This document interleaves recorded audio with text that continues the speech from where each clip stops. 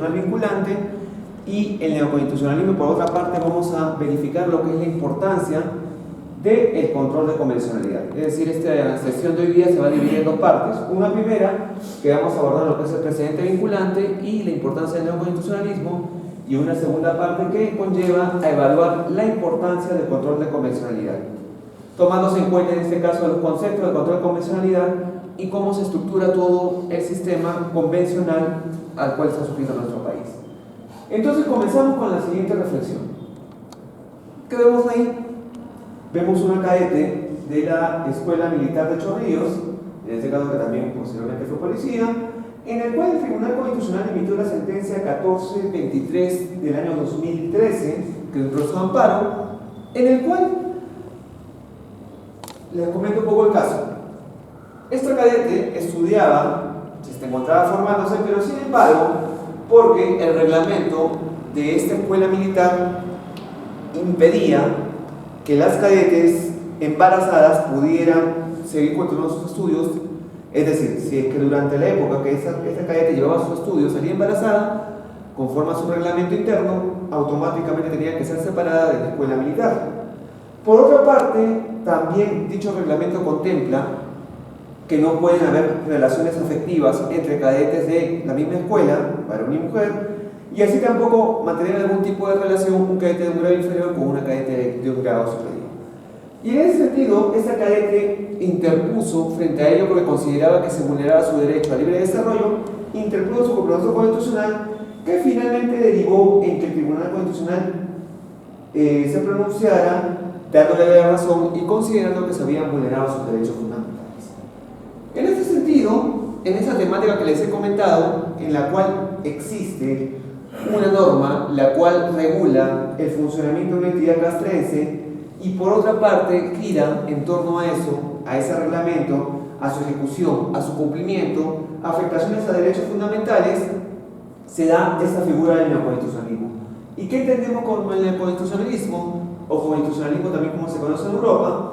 Se entiende que aquella corriente de pensamiento la cual pretende y busca dar preponderancia a la supremacía de la Constitución y a los derechos fundamentales. En tal sentido, ¿cuáles serían las manifestaciones que tiene el neoconstitucionalismo? Las manifestaciones las podemos ver ahí, en esta diapositiva.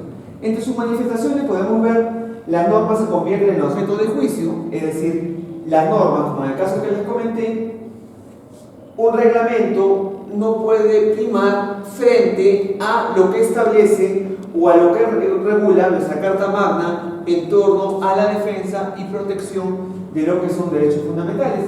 Y en los casos que les comenté, ¿qué derechos fundamentales habían violado esa cadete? Se había vulnerado su derecho al libre desarrollo de la personalidad. Ese derecho al libre desarrollo que permite que una persona pueda realizar la actividad que estime pertinente, la actividad para la cual postuló, para la cual se encontraba preparada y no se le podía restringir ese derecho como persona que tenía de poder ser madre, tener un hijo, y lo que suponía que automáticamente, una vez que tuviera su hijo, regresara a continuar con sus estudios en la escuela militar. Sin embargo, este reglamento violaba eso. Y en ese sentido, dentro de este fenómeno del constitucionalismo, las normas se convierten en objeto de juicio. Es decir, pese a que hay una norma que establece un determinado sentido normativo, si ésta vulnera a la Constitución, el Poder Judicial y el Tribunal Constitucional se convierten en legisladores en negativo, es decir, la dejan de aplicar por contravenir a los derechos fundamentales. Por otro lado, la necesidad de uniformizar la aplicación judicial del derecho ha llevado a sujetarla a reglas elaboradas por la cúspide de la propia organización judicial. Esto hace que la jurisprudencia adquiera un valor normativo, es decir, se crean normas jurídicas en torno a la propia jurisprudencia. Y el Tribunal Constitucional cumple un rol primordial porque tenemos que tener en cuenta que existen dos tipos de normas, normas principio y normas reglas. En el caso de las normas contenidas en ese reglamento de la escuela militar, son normas reglas. En el caso de los principios que dan preponderancia, dan prevalencia a lo que es la Constitución y derechos fundamentales, estamos hablando propiamente de principios los cuales pueden ser interpretados, pueden ser en este caso ampliados y pueden ampliar esos conceptos o figuras constitucionales. Por otra parte, esa necesidad de uniformizar la aplicación judicial del derecho ha llevado a que la jurisprudencia del Tribunal Constitucional adquiera un valor normativo y tenga preponderancia frente a cualquier otra. Y el Tribunal Constitucional ha reconocido por sí mismo dos funciones básicas que se tienen. Una primera, que es un tribunal para casos concretos, y una segunda, que es un tribunal de precedentes. Tribunal para casos concretos frente a conflictos en los cuales se alegue una vulneración a un derecho fundamental o una vulneración, en este caso, a la supremacía constitucional, el Tribunal Constitucional tiene que dar una interpretación. Por otra parte, es un tribunal de precedentes, efectivamente, porque en base a los precedentes, a los parámetros, en este caso a las directivas que contienen sus sentencias, se va construyendo la jurisprudencia, la política jurisdiccional, para la aplicación de los demás órganos jurisdiccionales que ejercen, en este caso, el control constitucional que se hace a través de ello. Ahí vemos la sentencia, si quieren verificar, que es la 3741 del año 2004, que establece el concepto que les he referido. ¿Cuáles son otras manifestaciones del neoconstitucionalismo? Encontramos las siguientes cuatro que vemos ahí. Por un lado, se ha desarrollado el apego de la argumentación jurídica, es decir, anteriormente a todo ese fenómeno del neoconstitucionalismo, estamos hablando anterior al año 2000, no se exigía o no se obligaba al juez que tuviera que fundamentar con todos los parámetros que actualmente se exige una sentencia. Es decir, se aplicaba el silogismo jurídico en torno al cual únicamente se empleaba la conducta o el hecho determinado y lo que prescribía la norma. Si esa conducta se adecuaba a lo que se establecía la norma, se aplicaba esa norma o no. Pero sin embargo, la argumentación jurídica va más allá de eso, va más allá. Exige que el juez fundamente, que establezca el criterio que ha empleado para resolver en tal o cual sentido y que se pueda saber el razonamiento, la motivación interna o la motivación externa que ha tenido para esa decisión. Por otra parte, se habla también de la aparición de una nueva teoría general del proceso. ¿Ya que conlleva esa nueva teoría general del proceso? Conlleva a que ya no estamos hablando de un proceso estructurado como todos conocemos con determinadas etapas procesales, sino hablamos de un proceso urgente, un proceso el cual, por la preponderancia de la supremacía de la Constitución y la defensa de los derechos constitucionales, no tiene el mismo sentido, no tiene en ese caso la misma lógica, y se convierte en una tutela urgente que comienza con la interposición a la demanda, la contestación y automáticamente la expedición de la sentencia en el ámbito constitucional. Por otra parte, las mutaciones constitucionales sobrepasan a las reformas constitucionales. ¿Y esto a qué conlleva? Esto conlleva a que la Constitución tenga cambios no formales en su interpretación y en sus alcances. Les hablo de un caso. Por ejemplo, la Constitución establece que las resoluciones emitidas por parte de la Corte, por parte de, en este caso, el Jurado Nacional de Elecciones y el desaparecido Consejo Nacional de la Magistratura, no pueden ser objeto de verificación o impugnación en el Poder Judicial. Sin embargo, esa regla ha sido cambiada, ha sido superada y actualmente incluso pueden ya ser vistas en el Poder Judicial a través de un proceso constitucional como es el amparo, para efectos de verificar si existe, o sea, se amplió el concepto de lo que es debido proceso y actualmente se puede ver frente a la vulneración de cualquier derecho fundamental. ¿Y qué implica la mutación constitucional? Estamos hablando de un cambio informal de la interpretación que se da del texto constitucional. ¿Cuál es el procedimiento normal? Es de que si se quiere modificar una norma contenida en la Constitución, se debería seguir en este caso lo que se hizo, un referéndum, o que esa norma sea, si se va a modificar, sea propuesta en dos legislaturas, es decir, las legislaturas ordinarias se realizan 2 por año y sea ratificada para que pueda, en este caso, modificarse el texto constitucional. Sin embargo, la mutación constitucional hace que, si bien es cierto, la Constitución siga apareciendo en el mismo sentido, pero sin embargo la interpretación es distinta y tiene otros alcances. Asimismo, otra manifestación que tiene el neoconstitucionalismo es la aparición de los neologismos y la renovación del diccionario jurídico, porque ha tenido términos del common law, como podemos ver ahí, como son el overruling, el amico curiae. ¿Qué significa el overruling? Cuando vamos a ver ahora la parte del precedente, vamos a ver que el overruling implica el fin de la regla.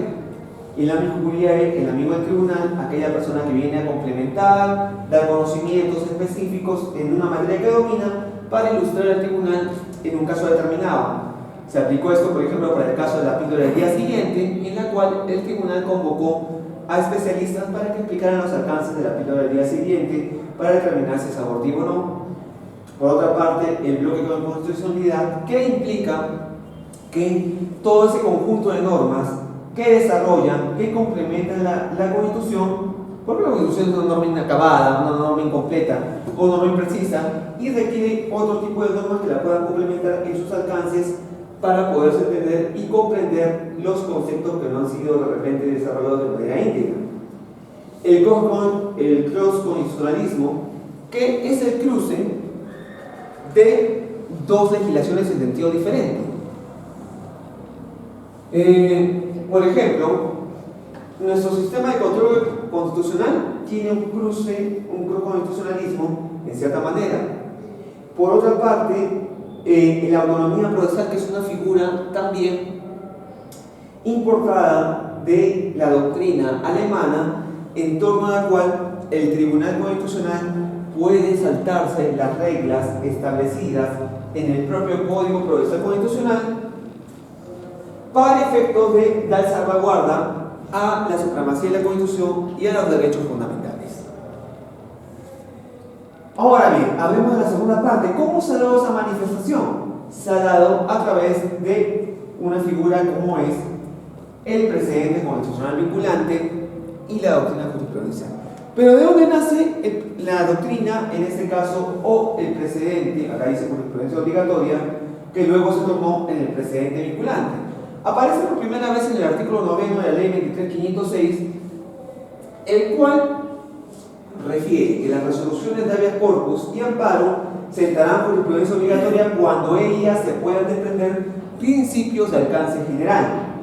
Sin embargo, al fallar en nuevos casos, apartándose del precedente, los jueces explicarán las razones de hecho y de derecho en que se sustente esa decisión. Este es el primer antecedente de lo que es la jurisprudencia obligatoria.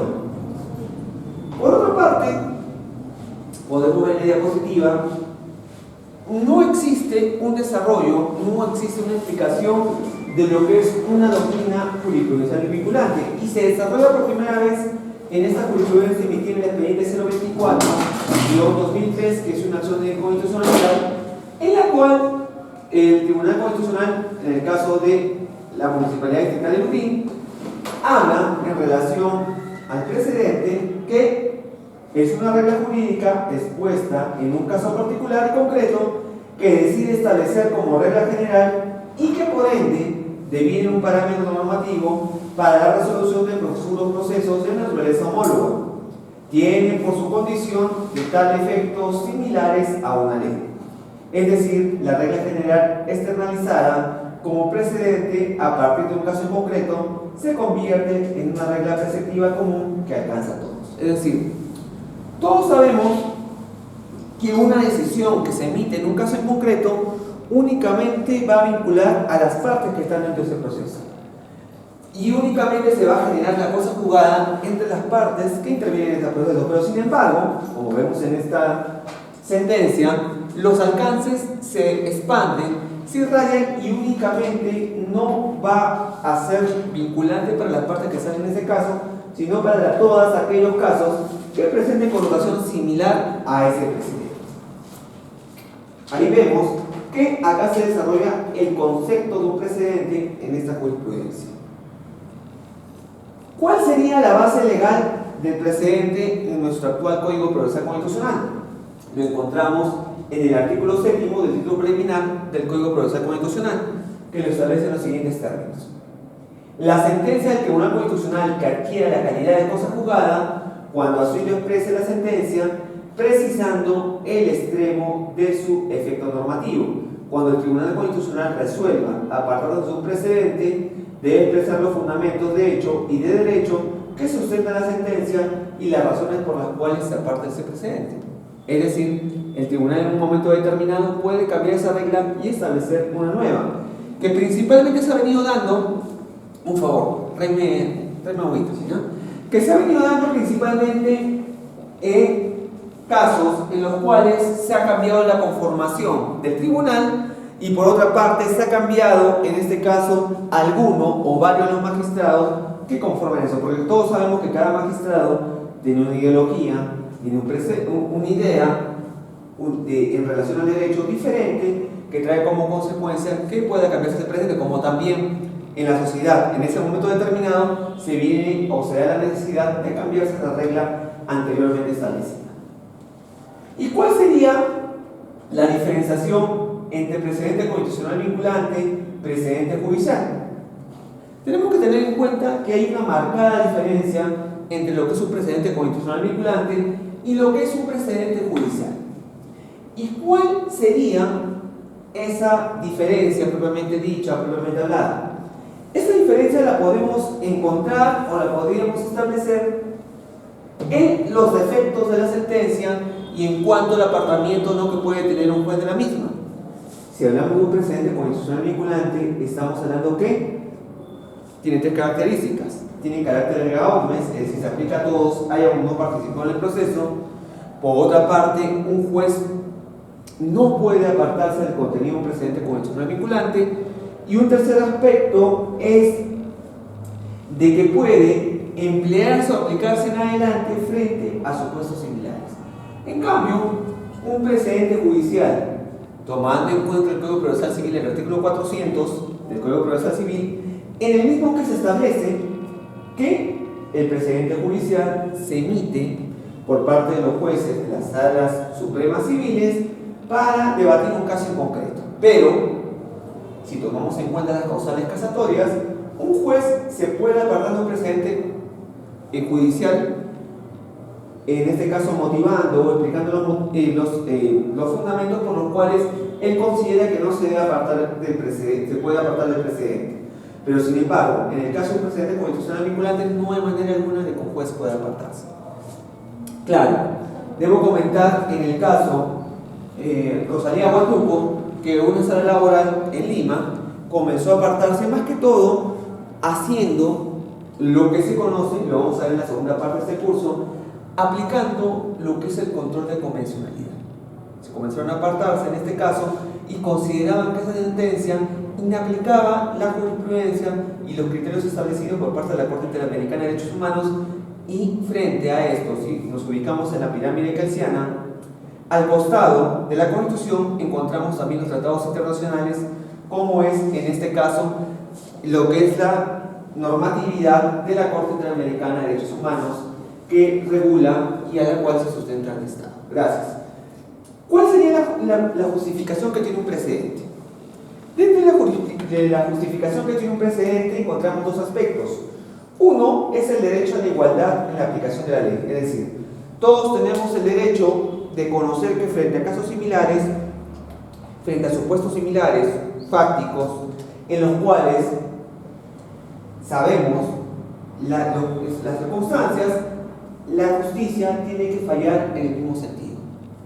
Sin embargo, en cuanto al precedente, va a haber esa flexibilidad. Pero sin embargo, hay casos en los cuales no se ha dado esta igualdad en la aplicación de la ley. Les comento, por ejemplo, el caso de los jóvenes de Senati en Lima y un joven de la Universidad San Ignacio de Loyola, el cual, en el primer caso de los jóvenes de Senati, fueron encontrados en el baño de ese instituto besándose y fueron finalmente expulsados porque se consideró y se estableció que vulneraba el reglamento de esa institución educativa. Por otra parte, la Universidad San Ignacio de Loyola se detectó un joven fumando en el medio del patio de marihuana y la Universidad San Ignacio de Loyola también lo expulsó porque contravenía en este caso la reglamentación de esa universidad. Pero sin embargo el Tribunal Constitucional, porque tengamos en cuenta que en determinados casos se divide el tribunal en dos, es decir, un tribunal conformado por 3 jueces, una sala conformada por 3 jueces y una sala conformada por 3 jueces, sala A y sala y principalmente se dividen para conocer los procesos de jurisdicción de la libertad: amparo, habeas corpus, habeas data y la acción de cumplimiento. Pero sin embargo, en los casos en los cuales se va a ver procesos, los cuales no tienen que ver, los procesos de la jurisdicción de la libertad, en los cuales atañen a lo que son derechos fundamentales, lo ve todo el tribunal. Estamos hablando de la acción de inconstitucionalidad, el conflicto competencial, entre otros, que lo ve de manera exclusiva todo el pleno del Tribunal Constitucional. Y también cuando lo ve todo el pleno, para efectos de emitir un precedente constitucional vinculante. El otro aspecto es el derecho a la predictibilidad y seguridad jurídica, es decir, yo saber cómo está resolviendo el tribunal para un determinado caso y así se genere seguridad jurídica frente a futuros casos o situaciones que puedan presentarse. ¿Cuáles son las ventajas del precedente? Todas las que vemos ahí. Por un lado, coadyuva a imponer de manera más eficaz el deber de motivación y por tanto también conlleva, en este caso, a que se haga más eficaz y poder comprender mejor esa decisión y se abole y se destierre completamente lo que es la arbitrariedad judicial, o en este caso la arbitrariedad del Tribunal Constitucional. Por otra parte, otorga mayor credibilidad y confianza en los tribunales. Si todos sabemos en el sentido que van a resolver, tenemos mayor confianza en este tribunal. Disminuye la carga de trabajo en la medida que simplifica la resolución de casos futuros, rentabilizando el esfuerzo argumentativo. Se puede ubicar todos los casos en el mismo sentido para el efecto de resolverse en los mismos términos, evita tiempo, evita esfuerzo por parte de los magistrados que resuelven ese caso en concreto. Puede ayudar a prevenir casos de corrupción en la medida que dicta parámetros previos a los casos. Efectivamente, sabemos que frente a determinados hechos, si hay un pronunciamiento, el juez se encuentra obligado a pronunciarse única y exclusivamente de dicha manera. Contribuye a la defensa del principio de igualdad de la ley. Todos tenemos que frente a nuestros casos que son similares o parecidos, la ley tiene que pronunciarse en el mismo sentido. Genera mecanismos objetivos para las relaciones institucionales entre el Poder Judicial y el Tribunal Constitucional como una manera de enlazar estos vínculos. Ahí vemos los diferentes tipos de sentencias que puedan darse y voy a explicar cada uno de ellos de manera breve. Por un lado, ¿a qué nos referimos con jurisprudencia? Nos referimos a aquellos pronunciamientos que da la máxima instancia judicial, es decir, la Corte Suprema de Justicia de la República. Una resolución que da una sala superior no tiene el carácter de jurisprudencia. ¿Por qué? Porque no vincula. O sea, hablamos de vinculación en términos de tomar como un referente esa decisión de la máxima instancia judicial. Un acuerdo penal que vemos en el ámbito penal, de acuerdo a lo regulado por el artículo 116 del texto único ordenado de la Ley Orgánica del Poder Judicial, constituye la reunión de los integrantes de salas especializadas en plenos jurisdiccionales. Pero sin embargo, si tomamos en cuenta lo que establece claramente ese artículo 116 de la Ley Orgánica del Poder Judicial, un acuerdo plenario no tendría carácter vinculante. ¿Por qué? Porque un acuerdo plenario, para que tenga carácter vinculante, tiene que nacer de un caso en concreto, es decir, de un expediente. Si los jueces debaten sobre un tema determinado, nunca va a tener un carácter vinculante, el cual va a poder seguir, en este caso, el juez como un parámetro. Es decir, los jueces únicamente tienen que seguir y acatar algo que tiene el alcance de un precedente judicial o de un precedente constitucional vinculante, porque eso sí los obliga a que sigan ese parámetro, les guste o no les guste, les agrade o no les agrade.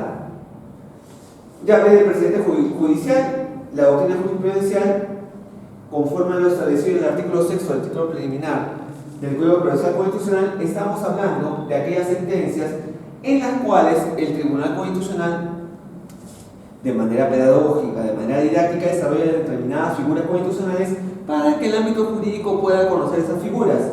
Pero sin embargo, esta doctrina jurisprudencial, si bien es cierto, puede seguirse, pero sin embargo no tiene un efecto vinculante inmediato, como si lo tiene la última sentencia, que es el precedente constitucional vinculante. ¿Y las sentencias normativas dónde se dan? Estamos hablando de aquellas sentencias las cuales tienen carácter de que emiten normas jurídicas. que claramente en muchos casos se han dado dentro del presente constitucional vinculante, pero principalmente se dan dentro de los procesos de inconstitucionalidad, en los cuales tienen algunos efectos normativos porque crean norma jurídica con el resultado final que establece el Tribunal Constitucional en dicha decisión. ¿Cuál es el antecedente? En este caso el precedente. Acá justamente explica lo que les dije del artículo 116 de la Ley Orgánica del Poder Judicial, que habla que los plenos jurisdiccionales, nacionales, regionales y distritales, con la finalidad de concordar jurisprudencia, en este caso no tienen efectos de precedente o efectos vinculantes. El artículo 400 del Código Procesal Civil, que en un primer momento habla de doctrina jurisprudencial y ahora habla del precedente judicial, tiene efecto vinculante para los jueces de las instancias inferiores, pero sin embargo, como les dije, un juez, si quiere y motiva, puede apartarse del alcance de ese precedente. Por otra parte, el precedente vinculante en materia penal, contenido en el artículo 301A del Código de Procedimientos Penales, que también da ese carácter, pero tampoco tiene los alcances similares a lo que es un precedente constitucional vinculante. Acá vemos algunos antecedentes más, pero pasemos a la justificación del precedente. Esto ya lo vimos, en este caso, pasemos a las condiciones del uso del precedente. ¿Cuáles son las condiciones del uso del precedente?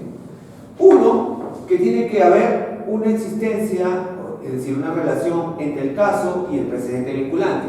El caso que se está conociendo y tomar como referencia un precedente que se ha establecido para dar respuesta a ese caso que estamos conociendo.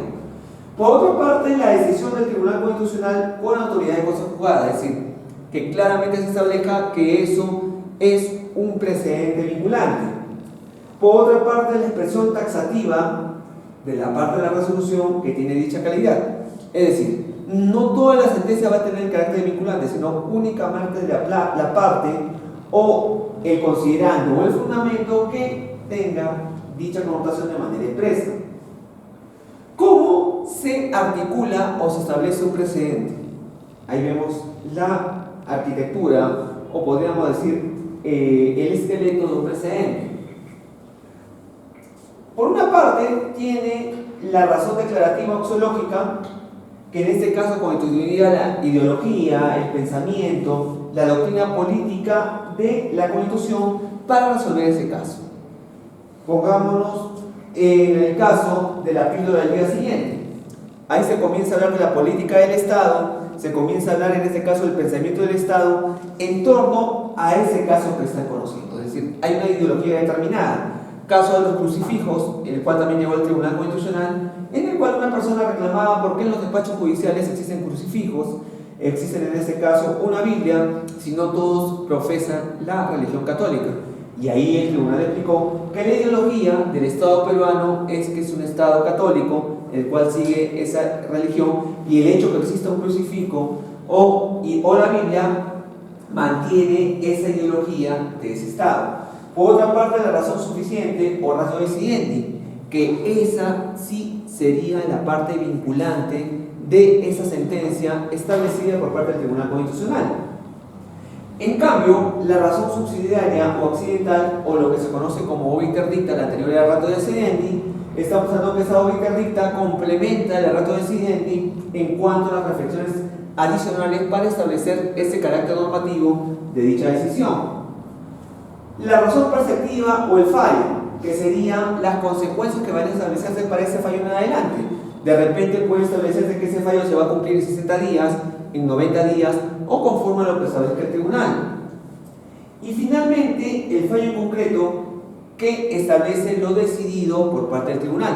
Ese fallo en concreto va a establecer, en este caso, si declaran fundada o infundada la decisión, y por otra parte, qué fundamento o qué considerando, es decir, cuál va a ser la ratio decidente de esa decisión, la cual va a tener carácter de vinculante y, como les digo, va a tener efectos erga omnes y se va a aplicar a todos los casos que puedan ventilarse, que tengan similitud al caso que se está conociendo. Y como les dije, la particularidad de una sentencia que tiene el carácter de precedente constitucional vinculante es que sus efectos son erga omnes, se aplica a todos, haya o no participado en ese proceso.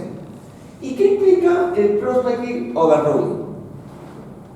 término del derecho del common law, en el cual implica que las sentencias vinculantes pueden tener eficacias diferidas, es decir, estamos hablando del caso hacia adelante.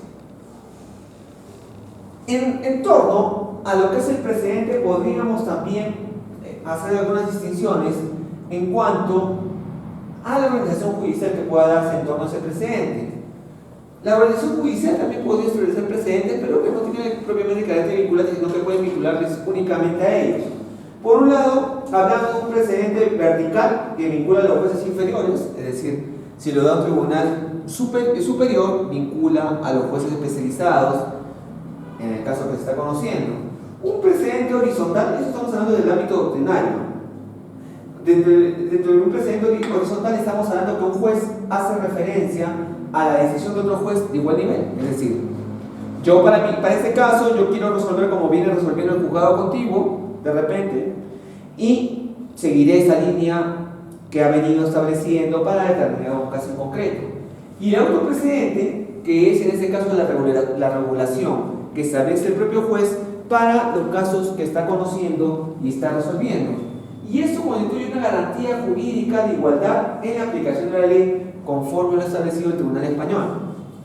Los autoprecedentes, el precedente horizontal y el precedente vertical, se vienen dando en el ámbito comparado, pero es importante conocerlo.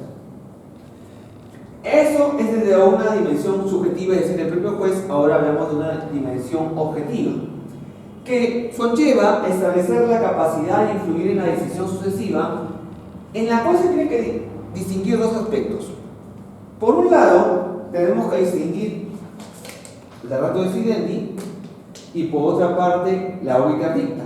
Como les dije, la ratio decidendi constituye el efecto vinculante de la decisión y por otra parte la obiter dicta o obiter dictum es la función persuasiva del precedente, lo que va a complementar o va a explicar por qué se está estableciendo esa ratio decidendi. El Tribunal Constitucional, que es la única que dicta el precedente constitucional vinculante, puede apartarse de un precedente que se estableció anteriormente. ¿Y cuándo lo podría hacer? Podría hacerlo siguiendo los siguientes parámetros. Para el apartamiento y sustitución de un precedente se sujeta a los siguientes elementos. Uno, la expresión de los fundamentos de hecho y de derecho que sustentan esa decisión. Tendrá que implicar, tendrá que indicar que ya en ese momento ese precedente varió y debe emitirse uno nuevo, por ejemplo. Por otra parte, la expresión de la razón declarativa o teleológica, la razón suficiente, la ratio decidendi e invocación perceptiva que sustenta esa decisión. ¿Por qué va a variar ese criterio que se estableció anteriormente de repente del otro colegiado? Y la determinación de sus efectos en el tiempo. Como les dije, por ejemplo, la percepción que había anteriormente de la píldora del día siguiente puede variar de acá a un tiempo y puede emitirse un nuevo precedente. Es decir, va a depender mucho de factores teológicos, ideológicos de los propios integrantes del Tribunal Constitucional para ese precedente. Y acá vemos un repaso en relación a todo lo que hemos referido dentro de lo que es el precedente. Por un lado, actualmente nos encontramos en un Estado constitucional de derecho. Ese Estado constitucional de derecho, dentro de lo que es el neoconstitucionalismo, dentro de lo que estructura el precedente, que ha sido la principal manifestación o el principal vehículo que ha permitido que se dé el neoconstitucionalismo, es decir, que haya una acción invasiva al derecho constitucional y finalmente principios constitucionales rompan reglas establecidas, como el caso con el cual empecé esta sesión. Y dentro de ese Estado constitucional de derecho en el cual nos encontramos, hay una limitación y control del poder. Es decir, el juez constitucional puede establecer esas limitaciones de control del poder cuando en ese Estado constitucional exista una vulneración a derechos fundamentales o a la Constitución. Por otra parte, el reconocimiento, respeto y tutela de derechos fundamentales, que es la principal característica de este Estado constitucional. Y por otra parte, la preocupación por asegurar y preservar la supremacía de la Constitución. Que esos son los tres ejes en los cuales se va a establecer ese Estado constitucional. ¿Y quién se va a encontrar legitimado para verificar esos tres caracteres? El juez constitucional, propiamente. Acá vemos un repaso de todo lo que les he referido, que ahí vemos la estructura interna de un precedente, que por un lado, como les dije, hablamos de una razón declarativa teológica, el pensamiento que ha tenido el juzgador constitucional para dictar esa sentencia, esta regla jurídica. Por otra parte, la razón suficiente o la ratio decidendi, la razón subsidiaria que complementa la ratio decidendi, o lo que se llama la obiter dicta, la invocación perceptiva, más o menos explicar en qué concepto o en qué alcance va a tener esta sentencia en adelante, y la decisión o fallo. Y ahí vemos algunas características que ya hemos referido en relación a un precedente. Uno, que es una sentencia con calidad de cosa juzgada, propiamente. Por otra parte, expresará así la sentencia el carácter que va a tener el precedente, precisará el extremo de su efecto normativo, es decir, qué parte va a ser vinculante, la publicidad de la decisión que automáticamente tiene que aplicarse una vez que es publicada en el portal del Tribunal Constitucional. Por otra parte, los efectos similares a una ley. ¿Por qué? Una ley se aplica en todo el territorio de la República. Un precedente se aplica en todo el territorio nacional también. Por otra parte, establecimiento de consecuencias en el tiempo. ¿A partir de cuándo se va a aplicar ese precedente? ¿Quiere preguntarme algo? Por otra parte, ya les hablé de la doctrina jurisprudencial. Y por otra parte, las sentencias normativas son manipulativas. La doctrina jurisprudencial, como les dije, es aquella decisión del Tribunal Constitucional en la cual va a desarrollar algunas figuras jurídicas, va a dar algún tipo de explicación de manera pedagógica para que podamos ver determinadas instituciones procesales en materia constitucional o determinadas figuras constitucionales para comprensión en el ámbito jurídico. Y por otra parte, las sentencias normativas son manipulativas que se dan dentro de lo que es la sentencia de inconstitucionalidad.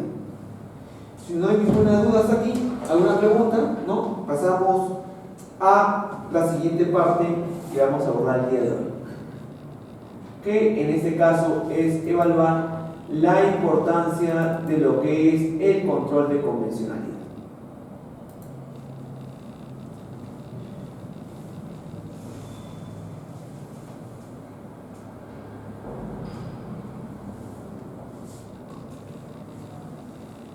Ahí vemos figuras de diversos presidentes que están o no están, que estuvieron y no están en los diversos países, pero todos tienen una característica diferente, una característica distinta en torno a cómo han mantenido y han llevado los diversos textos constitucionales, ya que conlleva esa manifestación de cada uno de los gobernantes de los diferentes estados, de que todos ellos tienen una ideología, un pensamiento en torno a cómo se va a dar, en este caso, el control constitucional, y por otra parte, quién va a tener la última palabra en este control constitucional.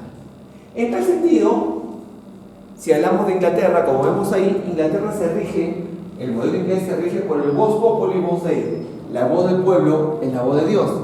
Todos sabemos que en el ámbito de Inglaterra no tiene una constitución escrita, sino es una constitución concertinaria, una constitución la cual se ha dado dentro de ese parámetro constitucional, dentro de esa creencia social que han seguido este modelo. Y ese modelo inglés le da la última palabra al Parlamento.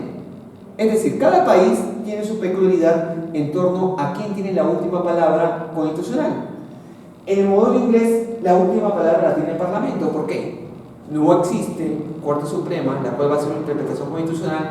No existe un tribunal constitucional, sino el Parlamento automáticamente, antes de emitir una norma, tiene un control previo de esa norma para que pueda ser promulgada y emitida posteriormente, pero lo hace el Parlamento.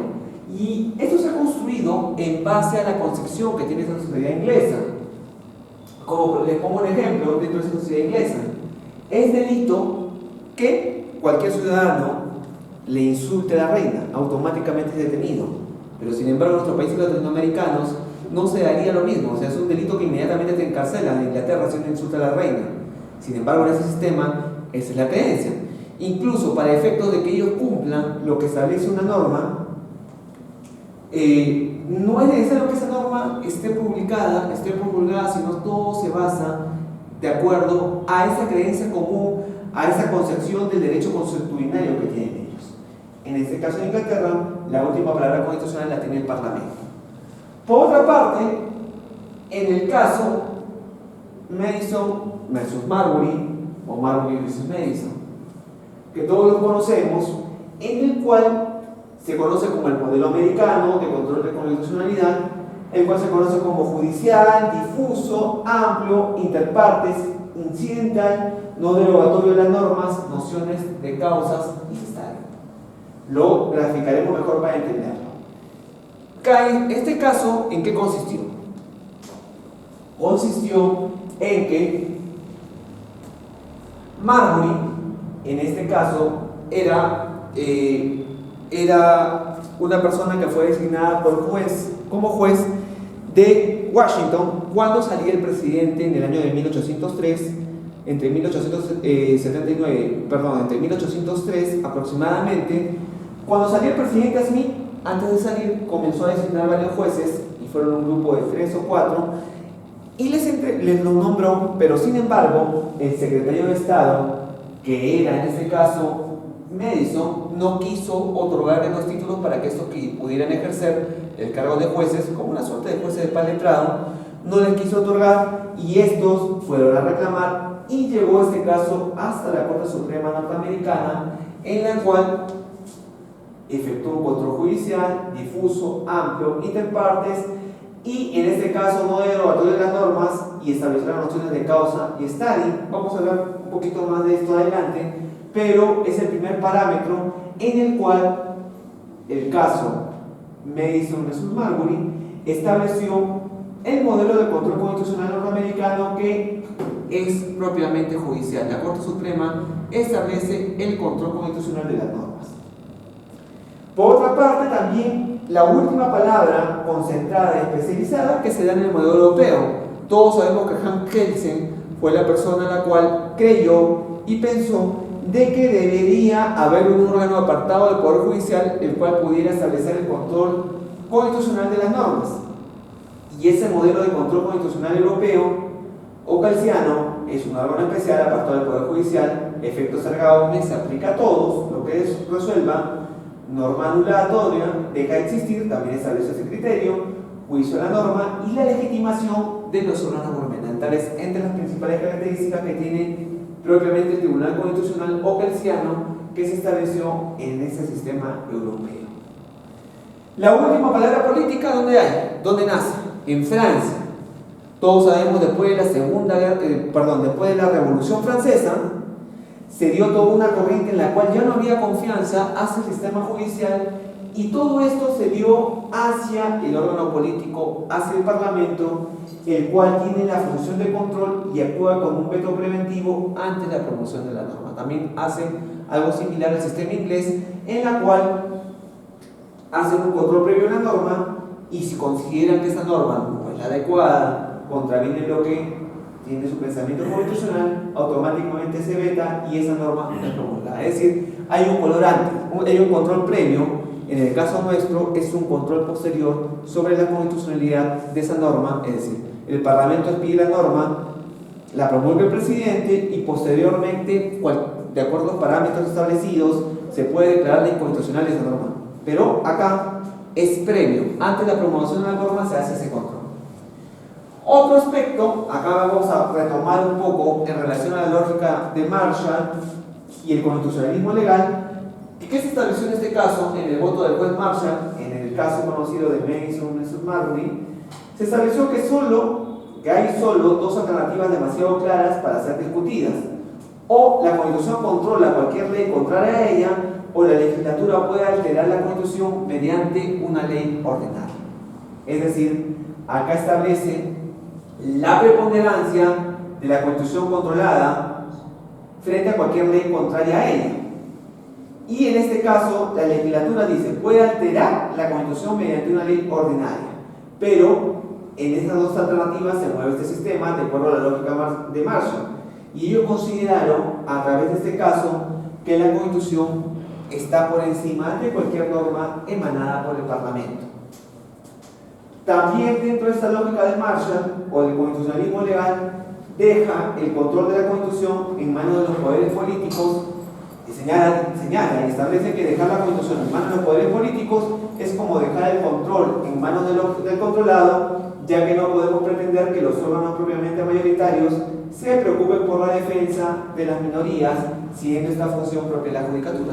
evidentemente establece de que no están especializados, no están preparados para hacer este control de constitucionalidad, y dejarlo en manos del Parlamento es que no se cumple ese rol eficaz de control de constitucionalidad que tiene que efectuar en este caso los magistrados a través de la Corte Suprema norteamericana.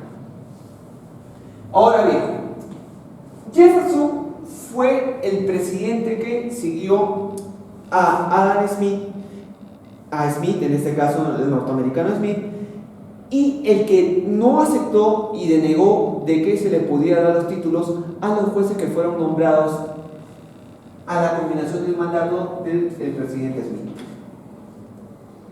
Y la lógica de Jefferson, del constitucionalismo político, ¿qué dijo?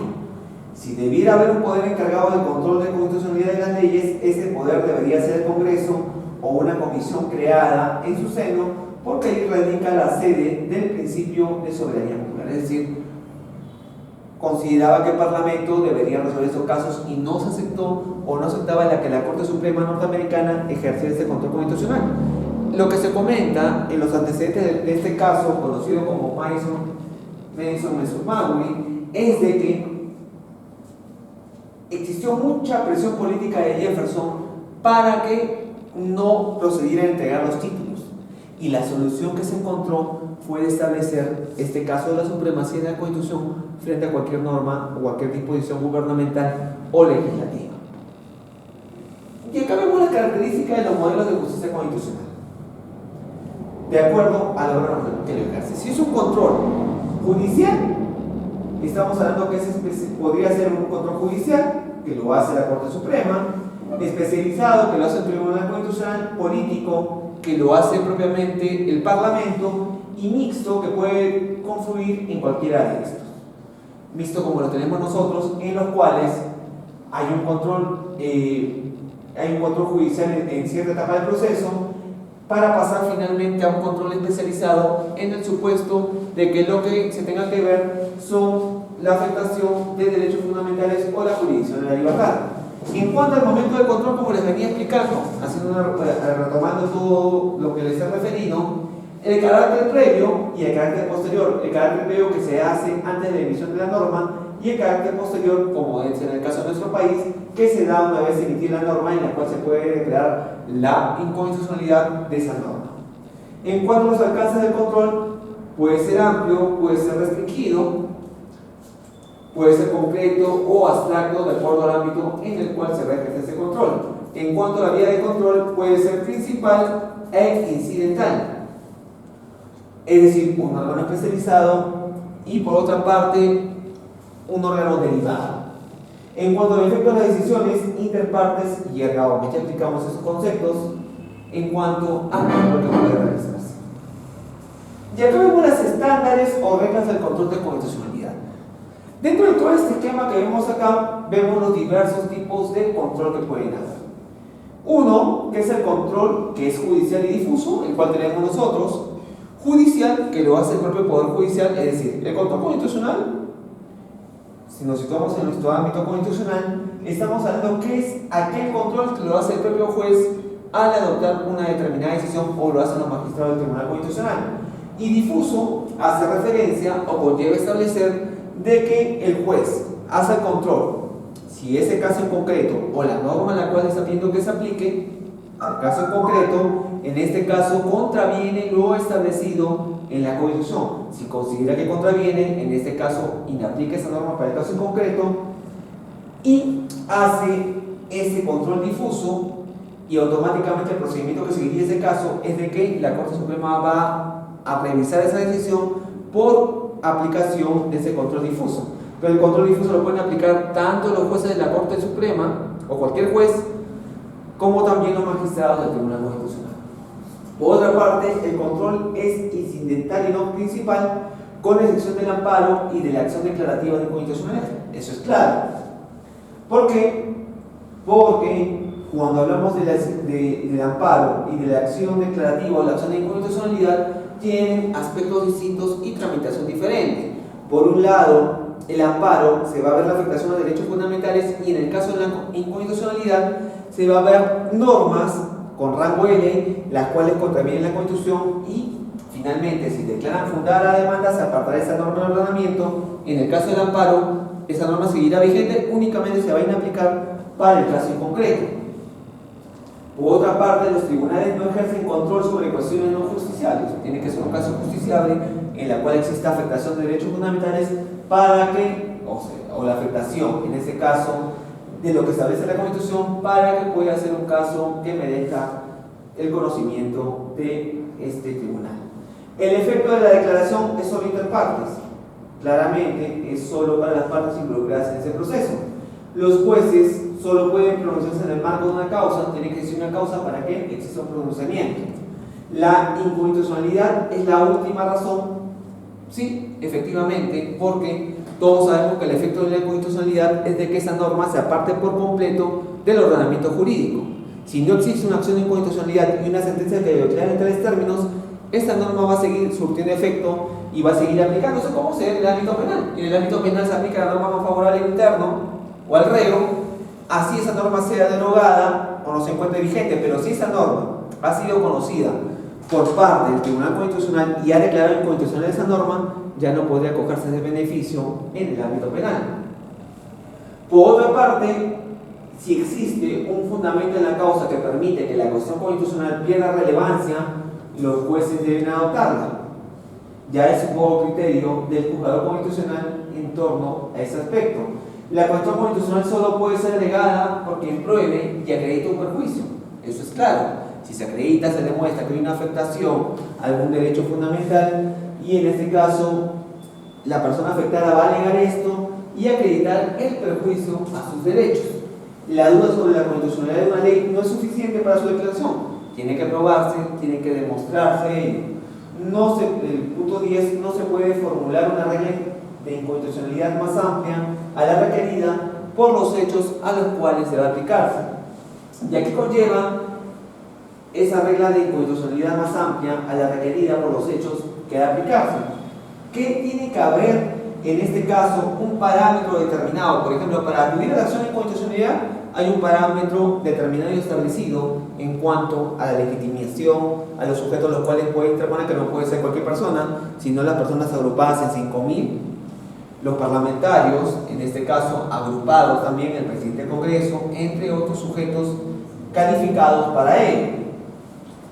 Por otra parte, si el caso puede resolverse apelando a una solución legal, así debe resolverse para no acudir a este control.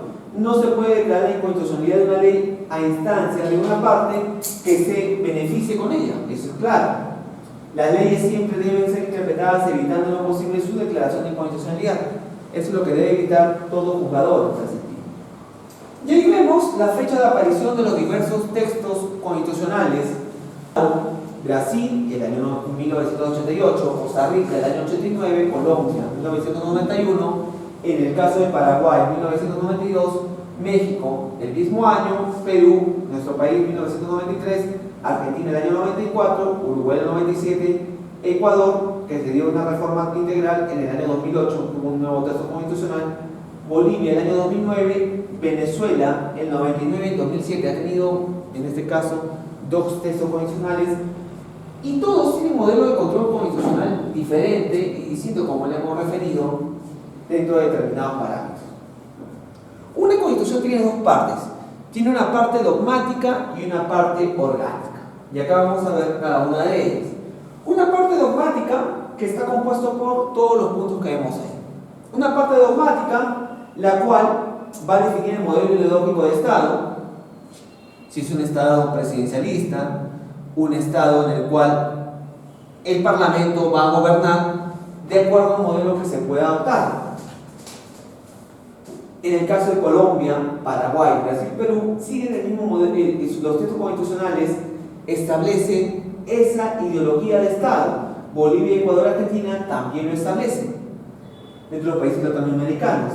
Y esa parte dogmática, ¿qué intenta? Tiende a superar rasgos confesionales, es decir, nunca la parte dogmática de la Constitución te va a esbozar o indicar todo. Por eso les decía que la Constitución Es una norma inacabada e incompleta, la cual va a tener que ser interpretada y nunca va a tener un grado de confección de todo ese parámetro ideológico del Estado.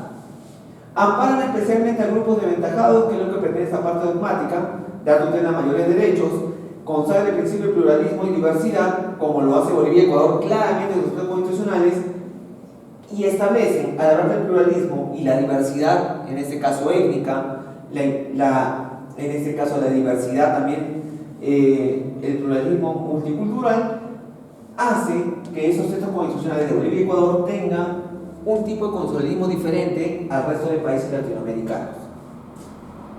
Por otra parte, esta parte dogmática también desarrolla y hace la expansión de los derechos económicos, sociales y culturales y derechos colectivos. Por ejemplo, en el caso de Ecuador y Bolivia, el derecho al agua y a la naturaleza de la Pachamama han sido desarrollados en el propio texto constitucional. El de nosotros contiene ese derecho a la Pachamama. El derecho al agua, no, pero sin embargo han sido desarrollados a través de sentencias del Tribunal Constitucional que tienen el carácter de doctrina jurisprudencial. Por otra parte, también esa parte dogmática de la Constitución establece cambios en el principio de la supremacía constitucional, de acuerdo a la ideología que siga cada país. Apertura al derecho internacional de los derechos humanos y el bloque constitucional. Debo mencionarles algo. Si bien es cierto, el artículo primero y el artículo segundo de nuestra Constitución establecen los derechos fundamentales, sin embargo tenemos que detenernos en el artículo tercero. ¿Qué establece el artículo tercero de la Constitución? Es una norma abierta, tiene cláusulas apertas, la cual permite que puedan ser incorporados incluso muchos derechos los cuales no han sido enunciados de manera expresa, porque así lo establece el texto constitucional. Y ese derecho al agua pudo ser incorporado a través de doctrina jurisprudencial del Tribunal Constitucional para que sea aplicado en adelante. Ahora bien, la parte dogmática también, ¿qué aspectos contiene? Contiene una nueva visión de igualdad, acciones afirmativas, acciones positivas en cuanto a los derechos fundamentales, nuevos enfoques de género en las políticas públicas, como se viene dando en nuestro país, rango constitucional de garantías existentes y nuevas, y el refuerzo de la jurisdicción constitucional. En cambio, ahora vamos a ver la parte orgánica. La parte orgánica se encarga de estructurar o organizar el Estado. Podría hacer una nueva división de poderes, podría fortalecer la democracia representativa en formas semidirectas, la democracia comunitaria como se da en Ecuador y Bolivia, la organización electoral autónoma, el fortalecimiento de la centralización de los órganos de control que lo da esta parte orgánica de la Constitución. La parte orgánica también de la Constitución fortalece al Poder Judicial, es decir, establece los poderes del Estado, Poder Judicial, Poder Ejecutivo, Poder Legislativo, y también lo que es el desaparecido Consejo Nacional de la Magistratura, limitación de la fortaleza del Poder Ejecutivo, establece toda la estructura, cómo se va a desempeñar el Poder Ejecutivo, el Poder Legislativo y el Judicial, y habla también del sistema político en cuanto a las elecciones presidenciales. En el caso de nuestro país no permite reelección directa, claramente. Culmina el mandato y el vicepresidente no puede postular. Eso se dio en base a una modificación a la Constitución del año 93, porque anteriormente sí permitía el texto constitucional, e incluso se dio todo el caso de la interpretación auténtica, tan conocida de Fujimori, que dio y determinó en que los magistrados del Tribunal Constitucional fueran separados de su cargo y que regresaron durante la época democrática a partir del año 2001 en adelante. ¿Cuáles son las tendencias comunes dentro de este control constitucional? Va a existir en este caso un financiamiento social y civil por parte del Estado, la transversalidad, igualdad, el pluralismo y la diversidad, y las constituciones van a tener una concepción transformadora, es decir, tienen que adecuarse al texto constitucional un poco a lo que rige y se establece en ese contexto constitucional. Y estas, como lo expliqué inicialmente, van a tener una visión neoconstitucionalista por el constitucionalismo fuerte que está imperando en todo el orden mundial. Ahora bien, viene la segunda parte, que es hablar ya de lo que es el control. Ya hablamos del control constitucional, ahora vamos a hablar del control convencional para evaluar las diferencias entre cada uno de ellos. Y este control convencional ha tenido una evolución dentro de la jurisprudencia que ha emitido la Corte Interamericana de Derechos Humanos. ¿Y en qué consiste este control convencional? El control convencional es una creación, como vemos ahí, pretoriana, es decir, lo impuso la Corte Interamericana de Derechos Humanos, que actúa paso a paso al control de la constitucionalidad de cada país. Es decir, la Corte Interamericana, a través de una jurisprudencia, como vamos a ver, creó esta figura del control de convencionalidad que establece que paso a paso el control de constitucionalidad de cada país debe ir cotejado de las normas internas con el corpus juris interamericano, es decir, el cuerpo que se ha establecido jurisprudencialmente por parte de la Corte Interamericana de Derechos Humanos. Y se ha venido dando este desarrollo del control de convencionalidad, este concepto, en la sentencia Almonacid Arellano versus Chile en el año 2006. Por otra parte, se dio en el caso Trabajadores Cesados del Congreso versus Perú del año 2006, Radicha Pacheco contra México del año 2009, Montiel Flores contra México del año 2009 y Hellman versus Uruguay del año 2011 y el año 2013, que es el parámetro en el cual se estableció esta creación pretoriana de la Corte Interamericana de Derechos Humanos en torno a lo que es el control de convencionalidad. Y se habla de que a través de estos fallos, estas resoluciones, se dio el desarrollo de esto. La Corte, en este caso la Corte Interamericana de Derechos Humanos, justifica el nacimiento del control de convencionalidad en que la tesis del efecto útil de los tratados como método de interpretación de los órganos internacionales se sustenta, por un lado, en el principio de buena fe y en la pacta sunt servanda, en concordancia con el artículo 27 de la Convención Interamericana. Recordamos que es pacta sunt servanda, de que los contratos son ley entre las partes. Es decir, si se ha firmado un convenio, si se ha firmado un tratado, es ley entre las partes obligadas a ese convenio, en este caso a la Convención de Viena. Y situándonos entre el principio de buena fe de los estados y que esa vinculación, ese pacto los vincula, se da este efecto de control de convencionalidad. ¿Y qué se verifica a través del control de convencionalidad? Se verifica la supremacía del bloque de convencionalidad, es decir, todo este conjunto, que por un lado está la Convención Americana de Derechos Humanos y por otro lado el Corpus Juris Interamericano, y asimismo los propios tratados que se han celebrado sobre derechos humanos y la jurisprudencia, la interpretación que emana de los pronunciamientos emitidos por parte de la Corte Interamericana de Derechos Humanos. Todo esto hace el bloque de convencionalidad.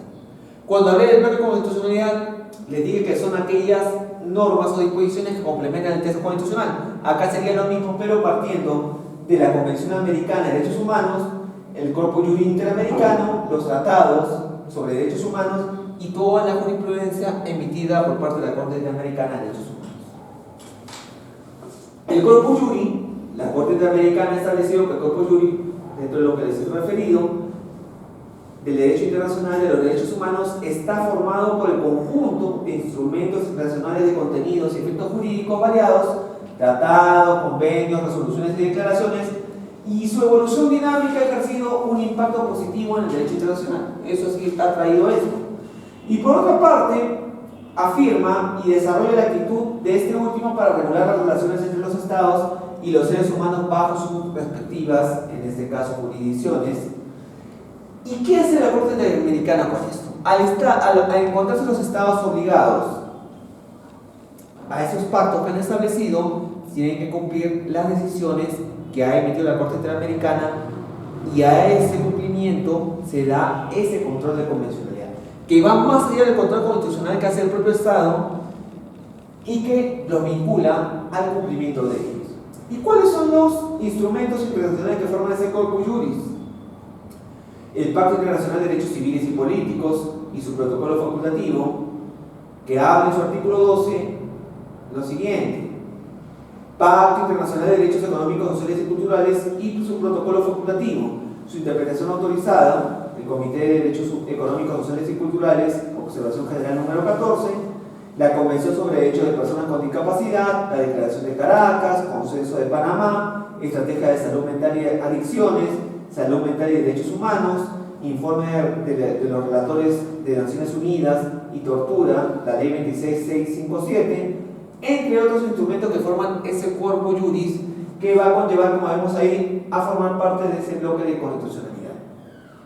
Ahí vemos toda la suerte de instrumentos regionales de protección y promoción de derechos humanos.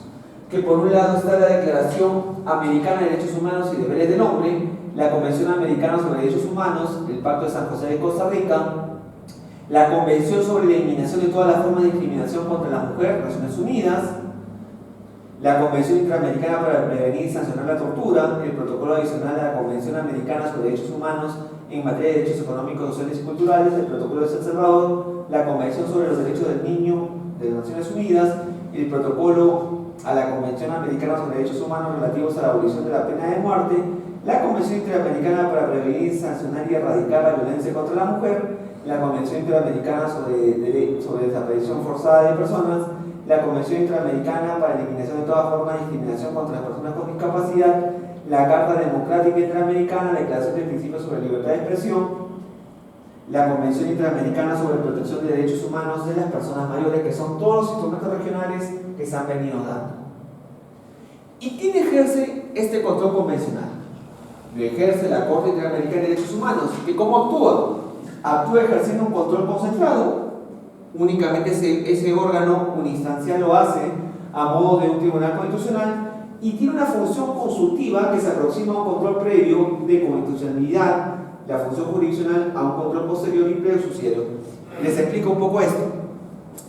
La Corte Interamericana emite una decisión, emite una sentencia, y si la parte a la cual se le da la razón y denuncia que el Estado no viene cumpliendo esa sentencia, la Corte Interamericana va a hacer un control posterior del cumplimiento de esa sentencia. ¿Y quién también ejerce ese control convencional? Los jueces de los estados. Pero ¿cuál es la realidad en nuestro país? Que no todos los jueces conocen esas decisiones que han sido emitidas por parte de la Corte Interamericana para que puedan aplicar ese control convencional.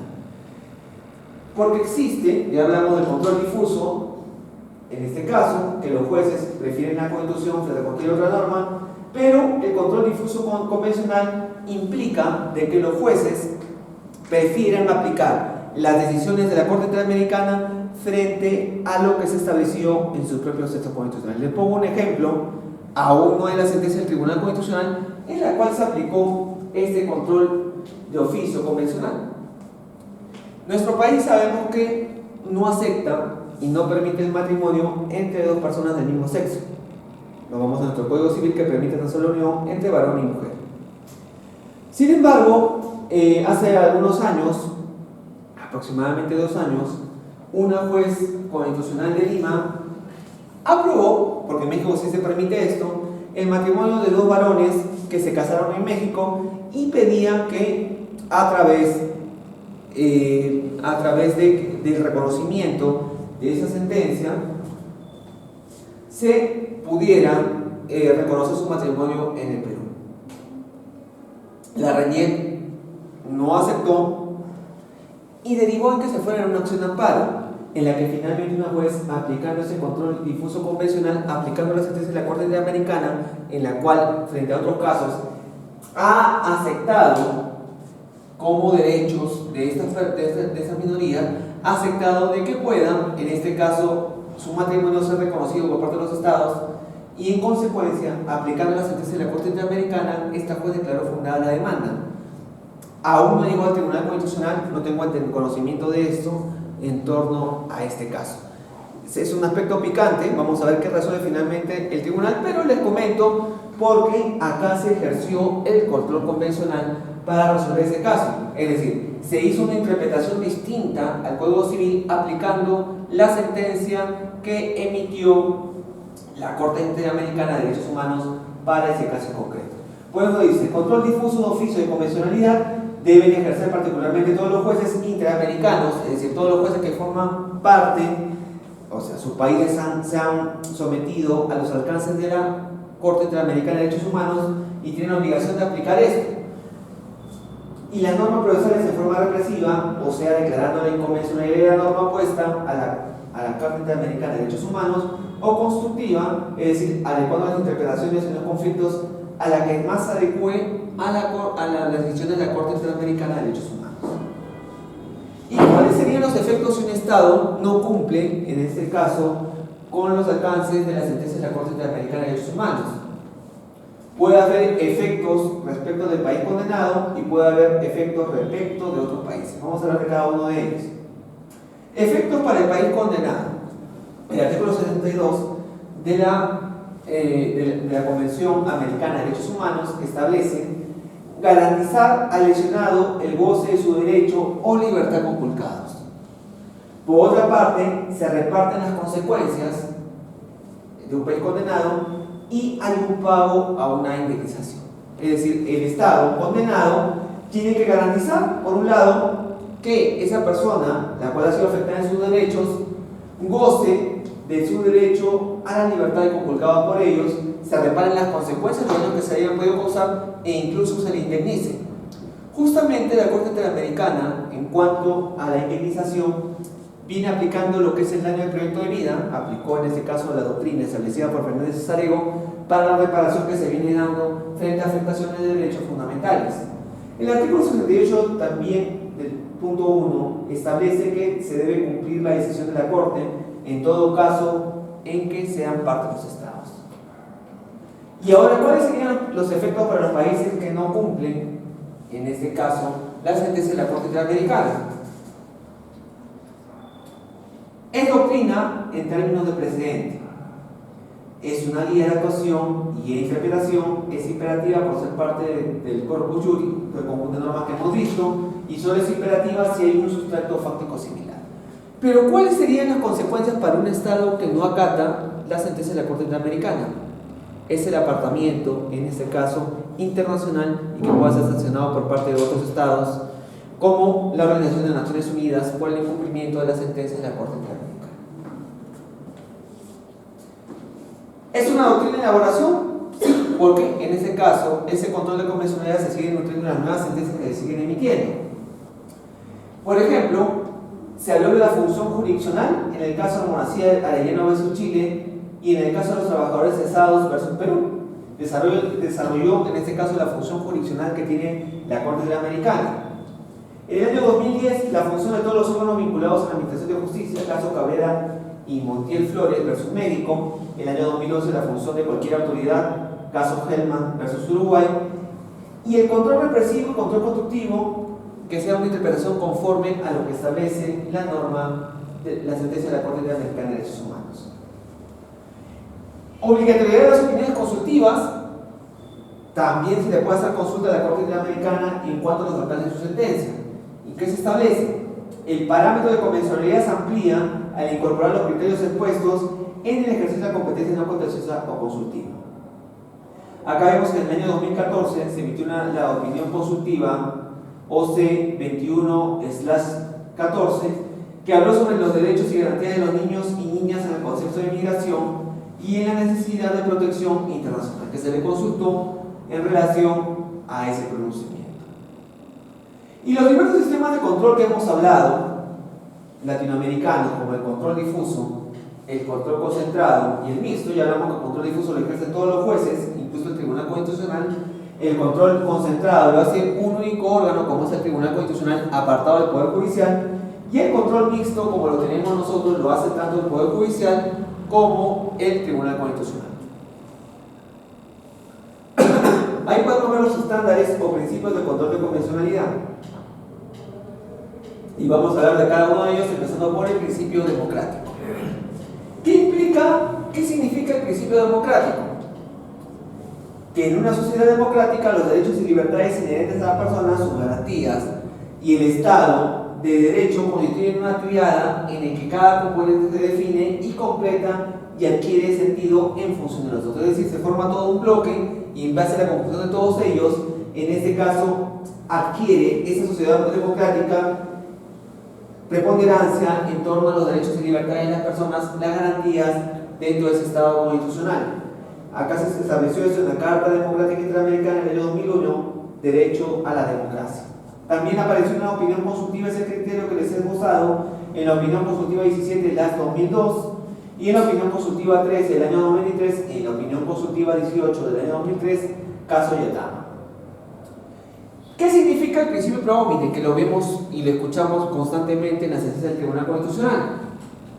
Que en caso de duda debe preferirse siempre la norma que mejor proteja a la persona y que le permita ¿qué? Le permita gozar de mejor manera su derecho en aplicación coherente a los valores y principios que conforman base de ese ordenamiento. Es decir, frente a la duda, frente a cualquier cuestión, se tiene que dar preponderancia a aquella que proteja a la persona y permita gozar de mejor manera de sus derechos.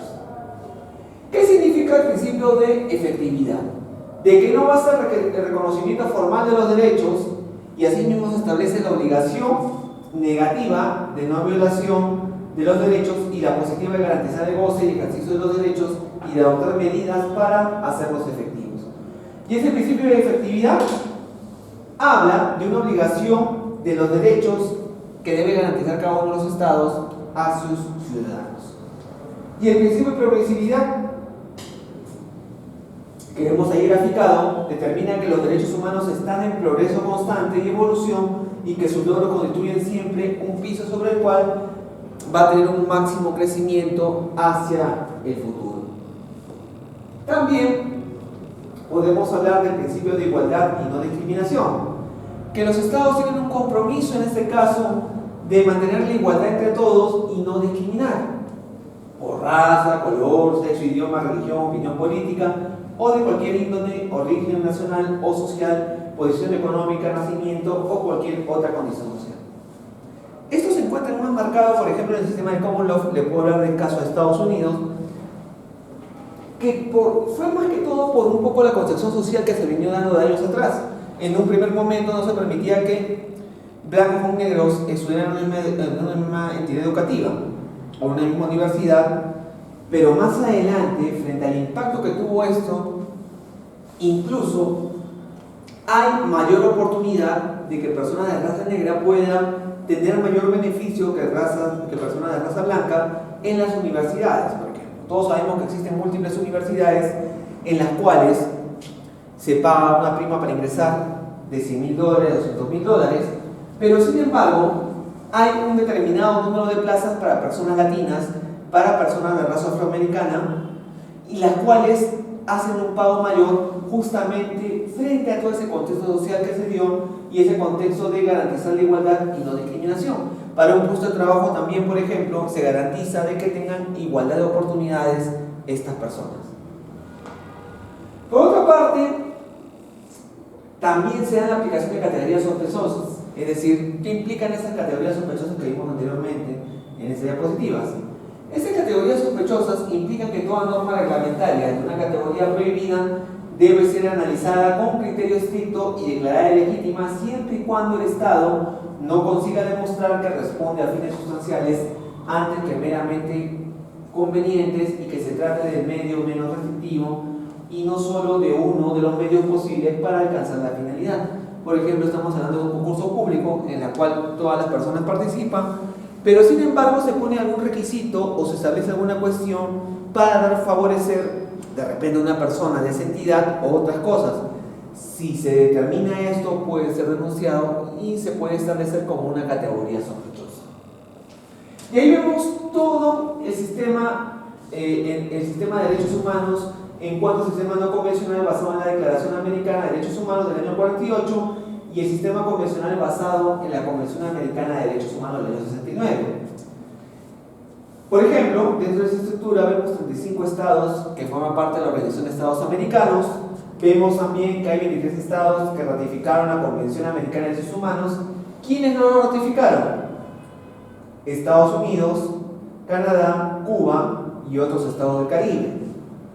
20 estados aceptaron la competencia contenciosa de la Corte, entre los cuales nos encontramos nosotros, el Perú, y la Corte Americana de Derechos Humanos entró en vigor el 18 de julio de 1978 y denunciaron a la Corte Americana de Derechos Humanos la Trinidad y Tobago y Venezuela, Sin embargo, la Corte sigue conociendo los casos en trámite, los sigue conociendo porque esos renunciaron, más que todo por el ámbito internacional y contexto que tiene. En el caso peruano, en nuestro caso, la Corte Interamericana entró en vigor el 28 de julio del año 78 y efectuó la competencia de la Corte Interamericana de Derechos Humanos el 21 de enero del año 81. Ahí vemos un poco los antecedentes. ¿Y cuál sería la comparación que podemos establecer entre la Convención Interamericana de Derechos Humanos y la Declaración Americana de Derechos Humanos? Ahí podemos ver las diferencias palpables. Por un lado, la Convención Americana de Derechos Humanos establece que los estados tienen la obligación jurídica de cumplir con ella y de garantizar los derechos y libertades que comprende. Por otra parte, la Declaración Americana de Derechos Humanos tiene carácter de vinculante a pesar de que no es firmada y ratificada por los estados.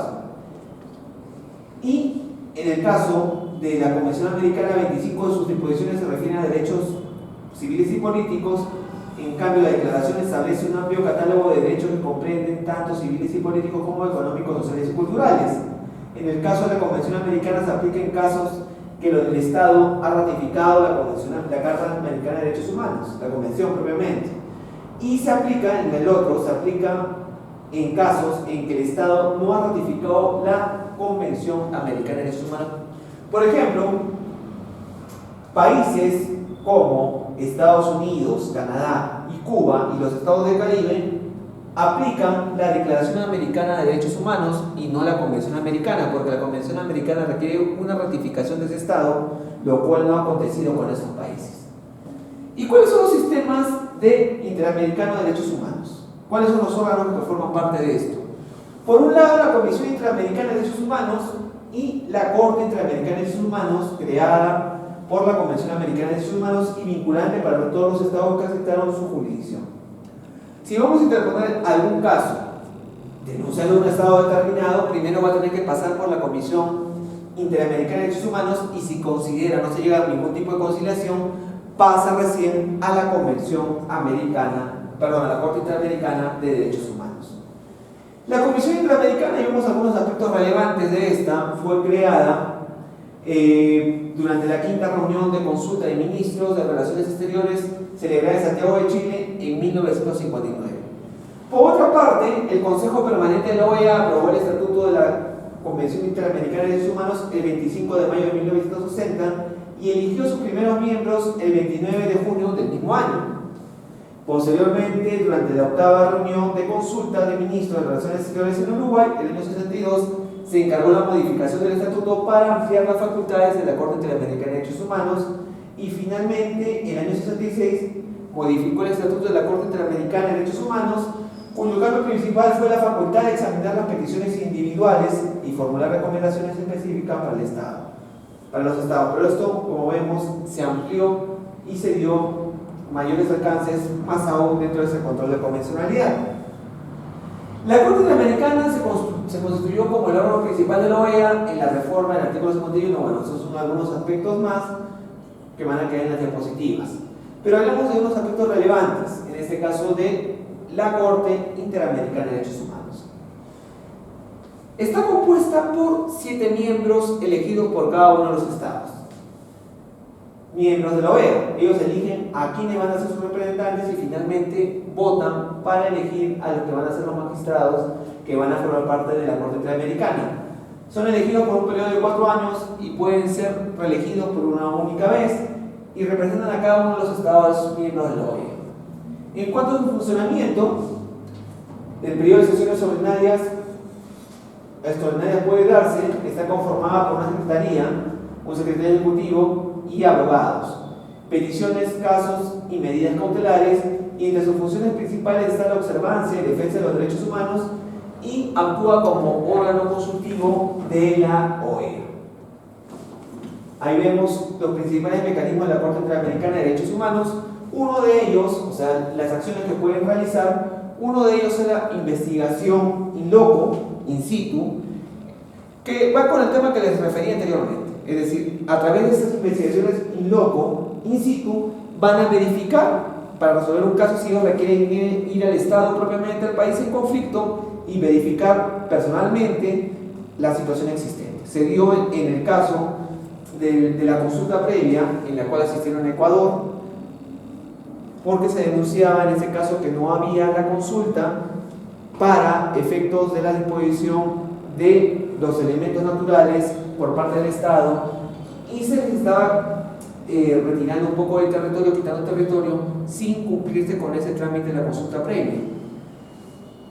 También las investigaciones in loco, también puede ir la Corte Interamericana en el supuesto caso de que pueden haber detectado de que no se están cumpliendo con la sentencia. Pueden mandar directamente a algún funcionario para que venga a verificar, o ellos mismos pueden venir a verificar eso. También existen las relatorías, las audiencias, los informes especiales por tema o país, la tramitación de casos, la adopción de medidas cautelares, el envío de casos ante la Corte Interamericana, y así como el artículo 41 de la Convención Americana de Derechos Humanos, que establece todos estos procedimientos. Otros mecanismos de acción pueden tener audiencias y reuniones de trabajo. Estas audiencias se dan 3 o 4 veces al año, entre los meses de marzo, octubre y noviembre, porque hay una cuestión relevante en relación a esto, de que hay mucha restricción presupuestal para la Corte Interamericana de Derechos Humanos, y muchas veces los estados son los que promueven la estadía, los pasajes y el alojamiento para sus magistrados, porque estos no viven en San José de Costa Rica, sino únicamente están en sus estados y viajan esas 3 o 4 veces que van a ver los casos, que como vemos ahí son en los meses de octubre, marzo y noviembre. Y en esa oportunidad que se reúnen es para suministrar a la Corte Interamericana de Derechos Humanos información relevante actualizada de los temas. También podría ayudar para ilustrar la práctica sistemática y generalizada de violación de derechos humanos, que son los principales mecanismos que tienen ellos. Ahí vemos en este caso una reunión que se dio en nuestro país con la miembro de la Corte Interamericana de Derechos Humanos para un caso en particular. Y ahí vemos la estructura de las diversas relatorías. Hay relatorías sobre derechos de pueblos indígenas, de derechos de las mujeres, de derechos de inmigrantes, que ven temas específicos y lo llevan posteriormente a todo el pleno de la Corte Interamericana, los magistrados, para que conozcan cada uno de estos casos. Libertad de expresión, derechos de la niñez, defensoría y defensores de derechos humanos, relatoría sobre los derechos de las personas privadas de libertad, relatoría sobre los derechos de las personas afrodescendientes y contra la discriminación racial del año 2005, que fue creada, la relatoría sobre derechos de las lesbianas, los gays y las personas trans y bisexuales e intersexuales del año 2011, relatoría sobre los derechos económicos, sociales y culturales del año 2012, entre otras relatorías que existen, ¿no? En este caso, ¿cómo se generaría la responsabilidad internacional de los estados? Uno, todos los estados que suscriben en este caso están sujetos han ratificado en este caso la Convención Americana de Derechos Humanos y se han sometido al alcance contencioso de la Corte Interamericana de Derechos Humanos, tienen la obligación de respetar, en este caso, no vulnerar los derechos humanos. En segundo caso, la garantía que el Estado emprende las acciones necesarias para asegurar que todas las personas sujetas a su jurisdicción se encuentren en condiciones de ejercer sus derechos, tienen el deber de prevenir, investigar y sancionar y reparar aquellas acciones que vulneren los derechos de estas personas, actos o omisiones de un agente o funcionario estatal que en este caso no tiene que afectar a estas personas, y en particular con la autorización del Estado, el apoyo propiamente del Estado. Dentro del procedimiento de peticiones individuales de la Corte Interamericana de Derechos Humanos, ¿quiénes lo pueden hacer? Como vemos, de acuerdo al artículo 44 de la Convención Americana de Derechos Humanos. Lo puede hacer cualquier persona o grupo de personas que formen parte de los estados vinculados o sometidos a la competencia contenciosa de la Corte Interamericana de Derechos Humanos. Puede hacerlo cualquier estado que haya ratificado la Convención Americana sobre Derechos Humanos, una ONG legalmente reconocida en ese estado, o más estados miembros de la OEA. También no es un requisito el permiso de la víctima. Claramente lo pueden atribuirse, en este caso, de la representación, esa ONG de la víctima para representarlo frente a la Comisión y posteriormente a la Corte Interamericana de Derechos Humanos. Ahí vemos los requisitos que, para efecto de la admisibilidad de una denuncia ante la Corte Interamericana de Derechos Humanos, es que se haya interpuesto y agotado todos los recursos en la jurisdicción interna, es decir, un caso que esté en trámite no puede llegar a la Corte Interamericana, que la denuncia sea presentada dentro del plazo de 6 meses a partir de la notificación de la resolución definitiva que ponga fin al conflicto en el interior de ese estado, que la materia de la denuncia no se encuentre pendiente en otro procedimiento internacional ni reproduzca otra petición ya examinada por la Corte Interamericana porque ya existe un procedimiento, una jurisprudencia, y en este caso tiene que observarse la misma. ¿Cuáles serían las excepciones al agotamiento de los recursos internos? 1. La inexistencia de un debido proceso legal flagrante que se pueda vislumbrar o pueda haber sido conocido de repente por medios de comunicación, por la información que van a presentar a la Corte Interamericana, que ellos evidencien ello, una obstrucción o impedimento de acceso o agotamiento de los recursos de la jurisdicción interna, es decir, que de repente ese Estado prohíba que puedan acudir al Poder Judicial para asegurar sus derechos y presentar los recursos respectivos, un retardo injustificado en la decisión que también podría darse, y en ese caso transcurre el plazo de manera excesiva o onerosa, como se ha venido dando, por ejemplo, en casos contra Venezuela, en los cuales no hay muchas restricciones para que las personas puedan ejercer sus derechos en esos temas. ¿Y cómo se podría demostrar que está cumplido con el requisito de agotamiento de los recursos internos?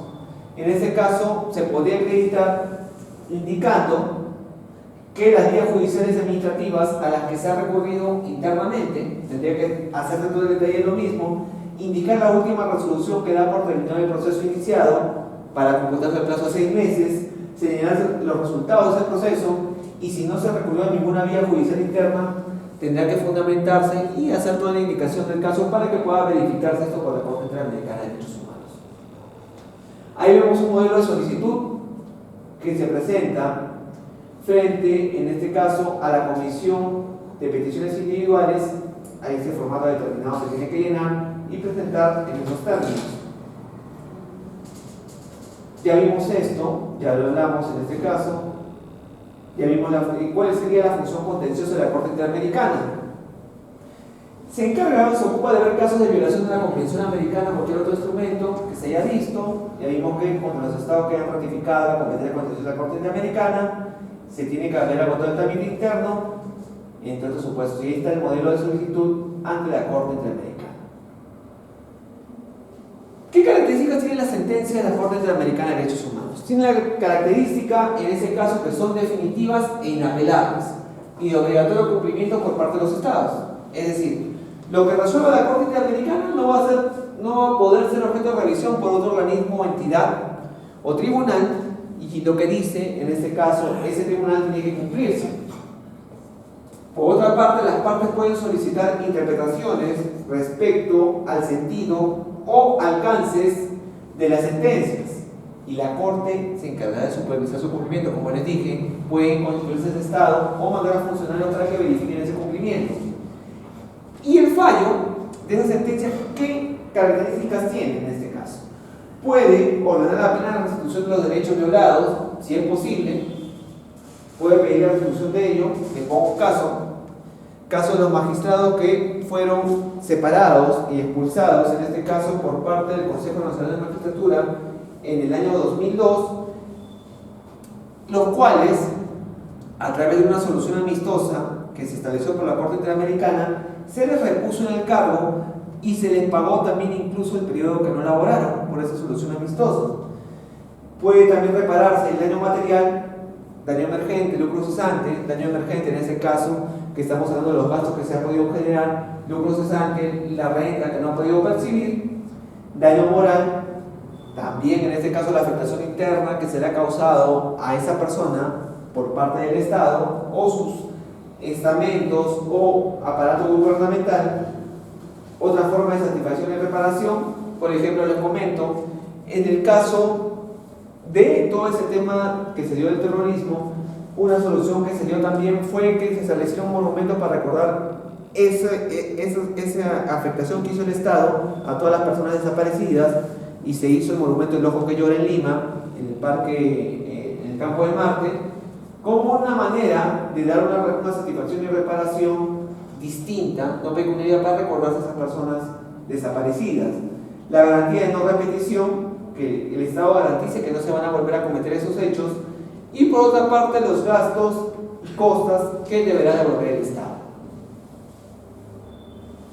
que es un compromiso el cual la Corte va a verificar que se cumpla en caso se pueda indicar o denunciar al Estado que no viene cumpliendo los alcances de esa sentencia. Pueden darse medidas de protección controladas y provisionales, pueden darse. En caso de extrema gravedad y urgencia de la situación individual o colectiva, evitar la posibilidad de que se produzca un daño irreparable, para eso se otorga la medida cautelar de oficio o a petición de parte, y eso está contenido en el artículo 25 de la Convención Interamericana de Derechos Humanos, que establece que puede darse, en este caso, medidas provisionales, en los casos de sometidos a su competencia, o por incumplimiento de las medidas cautelares dictadas por la Corte Interamericana. Si no se cumplen, pueden volver a dictar una nueva decisión cautelar en tales términos. Y vemos aquí toda la jurisdicción supranacional, conjunto de normas. Por un lado es el artículo 205, el artículo 114 del artículo 205 de la Constitución, el artículo 114 del Código Procesal Constitucional en cuanto a esta jurisdicción constitucional, supranacional, perdón, de la Corte Interamericana, el artículo 115 que habla sobre las ejecuciones de las resoluciones, que establece que las resoluciones de los organismos jurisdiccionales a cuya competencia se ha sometido expresamente el Estado peruano no requieren para su validez y eficacia reconocimiento, revisión ni examen previo alguno, y dichas resoluciones son comunicadas por el Ministerio de Relaciones Exteriores al presidente del Poder Judicial, quien a su vez la remite al tribunal donde se agotó la jurisdicción interna y dispone su ejecución por el juez competente de conformidad con lo previsto por la Ley 27775, que regula el procedimiento de ejecución de sentencias emitidas por tribunales supranacionales. En el caso de Lima existe un juzgado que se encarga de ejecución de sentencias emitidas por esos tribunales. Acá no existe, pero eso lo asumiría un juez civil en el supuesto que exista este tipo de situaciones. Y ahí vemos todos los 45 casos resueltos por la Corte Interamericana respecto al Estado peruano. Los voy a mencionar: caso Neira Alegría y otros, caso Cayara, caso Castillo Páez, caso Duay Santamayo, caso Cantoral Benavides, caso Castillo Petruzzi y otros, caso Cesti Hurtado, caso Durán Ugarte, caso Ixcher Bronstein, caso del Tribunal Constitucional, caso Robert Santos, caso 5 pensionistas, caso de los hermanos Gómez Paquillauri, caso de Cruz Flores, caso de Lori Benson Mejía, caso Wilcatexe, caso Gómez Palomino, casos García Asto y Ramírez Rojas, caso Acevedo Jaramillo y otros, caso Valdeón García, casos Trabajadores Cesados del Congreso, Aguado de Alfaro y otros, caso Penal Miguel Castro Castro, caso Cantuta, caso Cantoral Guamaní y García Santa Cruz, caso Acevedo Buendía y otros, cesantes y jubilados de la Contraloría, caso Gonzalo Castro, caso Abril Alosilla y otros, caso Osorio Rivera y familiares, caso J, caso Tarazona Arrieta y otros, caso Espinosa González, caso Cruz Sánchez, que este caso fue, dentro de lo que les puedo comentar, el caso que se dio por la recuperación de la Embajada del Japón, en el cual se ajustició y se acribilló a uno de los terroristas del movimiento Tupac Amaru, que se acusó por uno de las personas que subieron ahí, que en este caso fue un japonés, el cual indicó de que vio que se le ajustició a esa persona y se hizo toda una serie de exámenes posteriores, ¿no? Caso Ganalia Guapaya, caso Wong Hong Win, que era un caso de extradición, caso Comunidad Campesina de Santa Bárbara, caso Galindo Cárdenas y otros, caso Quispealaya Vilcapoma, caso Ternero Roca y otros, caso Polio Rivera y otros, caso Segarra Marín, caso Lagos del Campo, caso Trabajadores Estados por Petroperú y otros, caso Mujeres Escobar y otros, caso Terrones Silva y otros, y caso Muelles Flores. ¿Qué tienen en común la mayoría de estos casos que estamos viendo? En común, lo que tienen todos estos casos, y podemos verificar, es de que en su gran parte, y casi la mayoría, son de la época de Fujimori, del gobierno de Fujimori hacia el año 2000, en el que el Estado peruano fue mayormente denunciado por emplear jueces sin rostro, por no seguir los procedimientos determinados, por cambiar de jurisdicción, por no respetar derechos fundamentales, entre otros muchos aspectos que se vinieron dando. Y todo lo que conlleva, dentro de la importancia de la aplicación de la convención, en este caso las decisiones emitidas por parte de la Comisión Interamericana de Derechos Humanos, de que si el Estado no cumple, nuestro Estado va a ser sancionado, y va a ser sancionado internacionalmente y apartado de muchos beneficios que podría contener por pactos, acuerdos con otros estados. Esa sería una de las sanciones, porque principalmente eso funciona de acuerdo a la OEA y también por parte de la Organización de las Naciones Unidas, que se encargan de que se cumplan todo este tipo de tratados y acuerdos. Así les he podido graficar un poco eso porque es un tema bastante amplio, pero hemos tratado de esquematizarlo para que puedan tenerlo en este caso y puedan tener una referencia dentro de lo que es el control primero de constitucionalidad y posteriormente entender lo que es el control de convencionalidad. Bueno, les agradezco su atención. Muchas gracias.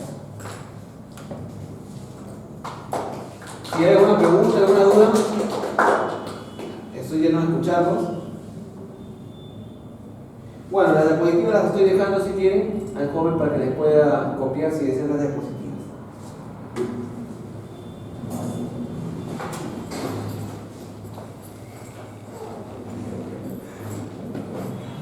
Se fue, creo, el joven, ha dejado prendida su cámara.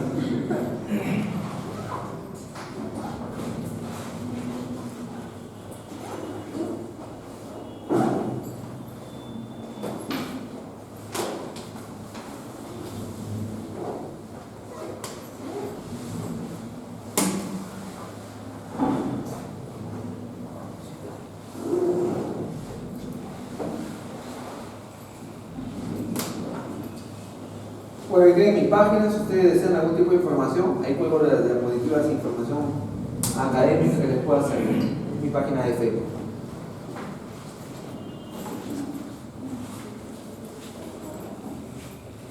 ¿Sí que van a joder? Te dejo si quieres para que lo puedas copiar. ¿Ya? Sí, no hay ningún problema. Ahí está copiada la diapositiva. Eso sí, no sé, creo que es esto de la computadora. Ahí lo puedes copiar, creo que por acá puedes copiar. Gracias. Lo dejó en su cuenta, esa jugada.